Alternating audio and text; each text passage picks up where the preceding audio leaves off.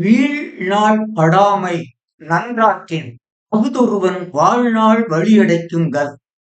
வீழ்நாள் படாமை நன்றாற்றின் அகுதொருவன் வாழ்நாள் வழியடைக்குங்கள். குறள் 38.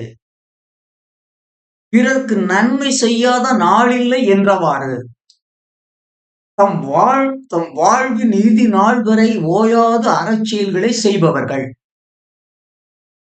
தம் வாழ்நாள்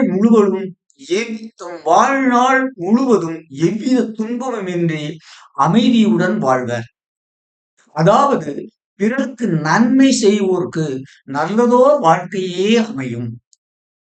அதாவது விடாமல் நன்மை செய்வோரை விடாமல் நன்மை கொஞ்சும். அறச்செயல்கள் அற்ற வாழ்க்கை என்று